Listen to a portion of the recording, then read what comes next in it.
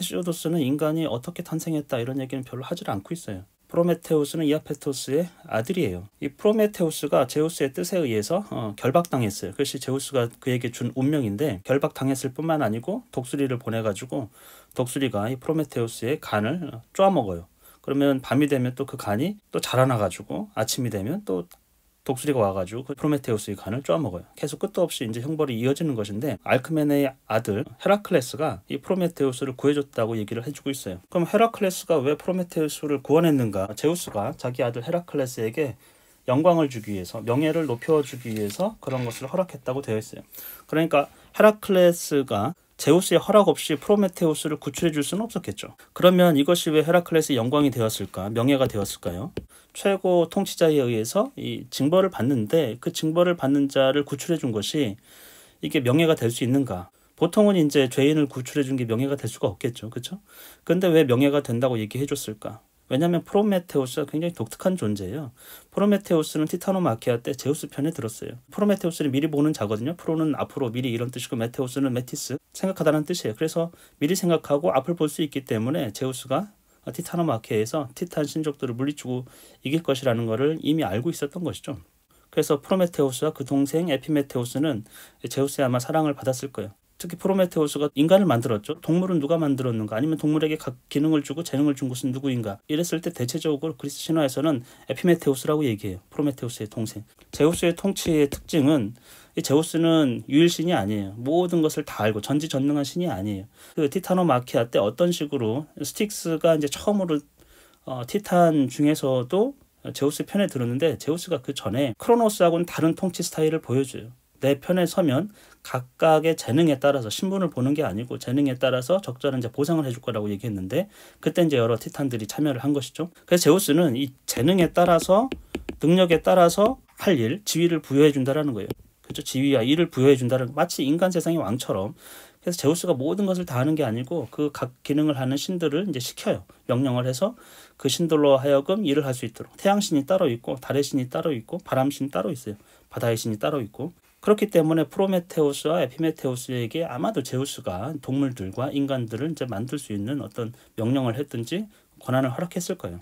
그런 특별한 존재였던 것이죠. 근데 프로메테우스가 어떻게 해서 이제 제우스의 징계를 받았는가, 이런 얘기는 없어요. 일단 징계를 받았고 헤라클레스에 의해서 구원을 받았다, 이 얘기만 있고, 헤라클레스가 그를 구원해 준 것은 명예를, 제우스가 그 아들 헤라클레스의 명예를 높여주기 위한 것이다. 그러면 그것이 진짜 명예가 되는가? 명예가 되는 거죠. 왜냐하면 헤라클레스는 이 반신반인 영웅이에요. 영웅. 그래서 아버지는 제우스이고 어머니는 알크메네라는 여인이에요. 여자란 말이죠. 그러면 인간의 입장이 헤라클레스에게는 있어요. 신의 입장이 하나 있고 인간의 입장이. 일단은 제우스의 징계를 받았다는 얘기를 하고 있고, 왜 징계를 받았는지는 그 뒷부분에 소개를 하고 있는 거죠. 그러니까 시간 순서와 거꾸로 된. 그러면 프로메테우스가 왜 이제 징계를 받았는가? 그거는 과거로 거슬러 올라가 가지고 신들과 인간들이 서로 갈라섰을 때가 있어요. 메코네에서 갈라섰다고 되어 있어요. 신과 인간이 갈라섰어요.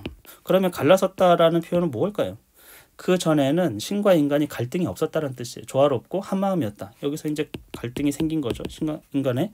근데 이 갈등이 생기는 순간에 누구가 등장하냐면 이 프로메테우스가 등장하는 거예요. 프로메테우스가 어떤 역할을 했냐? 구체적인 얘기는 없습니다만, 프로메테우스가 황소 한 마리를 서로 갈라가지고 한쪽은 신에게 주고 또 다른 쪽은 이제 인간에게 아마 나누는 역할을 했을 거예요. 아마도 제우스가 허락을 했겠죠. 그런 일을. 그래서 이 프로메테우스가 제우스를 속이려고 어떤 짓을 했냐면, 이 살코기하고 내장 있죠. 맛이 있죠. 먹을 수 있는 부분이에요, 인간이. 이 부분을 뭘로? 소의 위로, 소 위로 쌌어요. 그 다음에 소 가죽으로 덮었어요. 그러니까 사실 겉으로 보기에는 그 안에 뭐가 있는지 모르는데 위가 이게 보기 좋지 않을 거 아니에요. 그리고 소 가죽이라는 게 먹음직스럽지 않았겠죠. 사실은 이제 다 버리는 것들인데, 또 하나는 흰 뼈를 교묘하게 이제 반짝반짝이는 기름 조각으로 쌌다고 돼 있어요. 여기는 이제 기름. 반짝반짝이는 기름. 사실은 이제 동물성 기름이 고대에는 굉장히 귀한 거예요. 그래서 보기에는 반짝이는 기름으로 싼, 이게 훨씬 더 보기 좋고, 이게 위로 둘러싼 이 소 위로 이 소 가죽을 둘러싼 이것은 좀 보기가 안 좋았을 거예요. 제우스에게 어떤 것을 이제 둘 중에 하나 골라라. 근데 제우스가, 이 프로메테우스가 제우스를 속이려고 이렇게 겉과 속이 다른 거를 준 걸 알았어요. 알면서도 제우스가 미소를 지으면서 속아 넘어가 줬어요. 그래서 제우스가 어떤 걸 선택했습니까? 이 겉에 보기에 아주 좋아 보이는 요걸 선택했다라는 거예요. 반짝반짝이는 기름에 쌓여 있는. 그래서 열어봤죠. 제우스가 열어봤더니 거기에 뭐가 있어요? 흰 뼈가 있었던 거예요. 그래서 제우스가 그걸 보고 화가 무척 났어요. 화가 이제 머리 끝까지 치밀었다고 되어 있어요. 어쨌건 그 이유로 인해 가지고 제우스와 신들에게는 이 흰뼈와 이제 기름 이것을 이제 태워서 제단에서 태워서 이 향기가 이제 올라가면 그걸 흠양하는 것이에요. 그것이 이제 신들의 몫이고 인간들에게는 맛있는 살코기와 내장 요것들을 먹는 것이죠.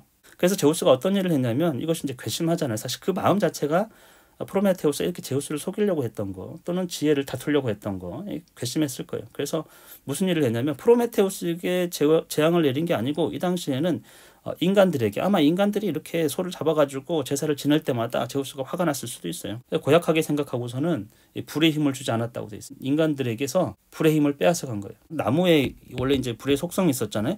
나무에 있는 그 불의 속성을 불의 힘 이것을 없애버린 거예요. 그러면 인간이 지금 예전에 뭐 제사를 지내든 뭐 음식을 해 먹든 살코기를 먹으려고 하면 이게 불이 있어야 되는데 불을 빼앗아 갔던 것이죠. 그러면 인간의 삶이라는 게 굉장히 이제 미개한 상태로 떨어질 거예요. 불의 속성과 불의 힘을 빼앗은 게 첫 번째 징계였어요. 인간에 대한 징계. 프로메테우스에 대한 징계는 이 당시에는 없었어요. 프로메테우스가 또 어떻게 했냐면 이 빼앗긴 이 없어진 이 풀을 도로 훔쳐다가 인간에게 다시 돌려줬어요. 제우스 몰래. 그러니까 제우스가 엄청 화가 났겠죠. 그래서 이제는 제우스가 이 첫 번째가 아니고 두 번째 재앙을 꾀합니다. 두 번째 재앙이라는 것은 바로 판도라예요. 판도라는 최초의 여인이에요. 그러니까 이전에는 여인이라는 인간이 없었어요. 여인이라는 종족이 지금 판도라로 인해 가지고 처음 생기는 것인데 그러면 인간이란 도대체 무엇인가? 여기 뚜렷하게 지금 헤시오도스가 설명을 해주고 있지 않기 때문에 과연 고대 여인이 있기 전의 인간 또는 신과 지금 갈라서기 전의 인간 도대체 무엇인가? 근데 이제 그 뒤에 보면은 일과 날들에서 헤시오도스가 쓴 그 책에서 보면은 그 이전에 인간은 황금 종족이라고 있었다고 생각하는 거예요.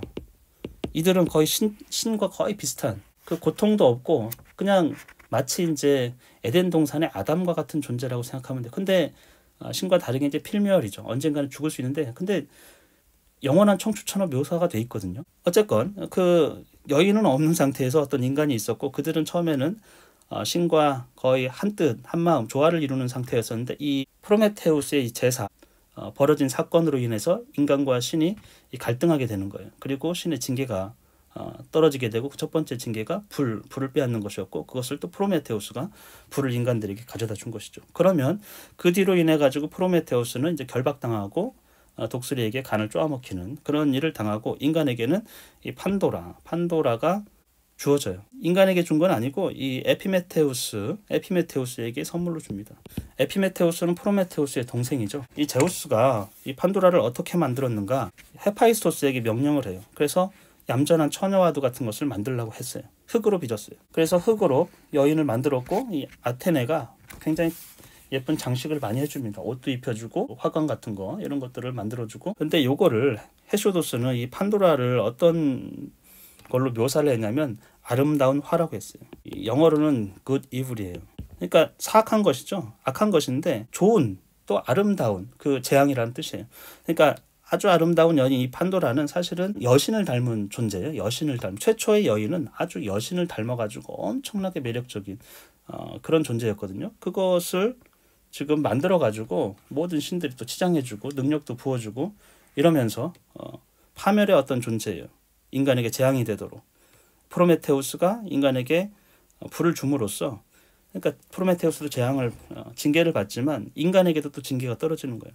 그래서 이 아름다운 화, good evil이라는 그 판도라 이는 인간에게 큰 고통이고 또 여기 보면 굉장히 남녀 차별적인 어떤 표현들이 굉장히 많이 나와요. 헤시오도스의 책에 보면은 가난에는 적합한 동반자가 아니지만 부에는 그렇다. 가난한 상태에서 여인을 맞이하면은 이게 불화의 씨앗이 되는 것이죠.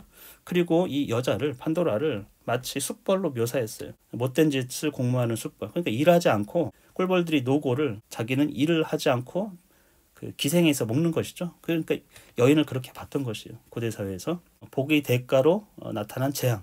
그러니까 복과 재앙 둘 다를 상징하는 존재예요. 판도라는 그러니까 아주 아름다운 여인, 최초의 여인, 인간에게 주어진 그 여인은 복이면서 또 아름다움이면서 화이고 재앙이고 그렇게 되어 있다라는 것이죠.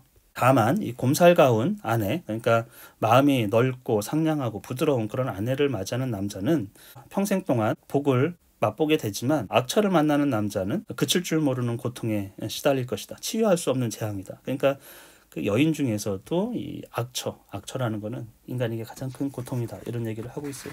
여기까지가 헤시오도스의 신들이 계보에 나와 있는 인간과 관련된, 또는 이제 최초 여인 판도라와 관련된 이야기이고, 사실은 다음 시간에 헤시오도스의 다른 책 1과 날들에서 이 판도라와 관련됐고 인간의 탄생과 관련된 그런 얘기를 조금 더 다른 각도에서 한번 해보겠습니다.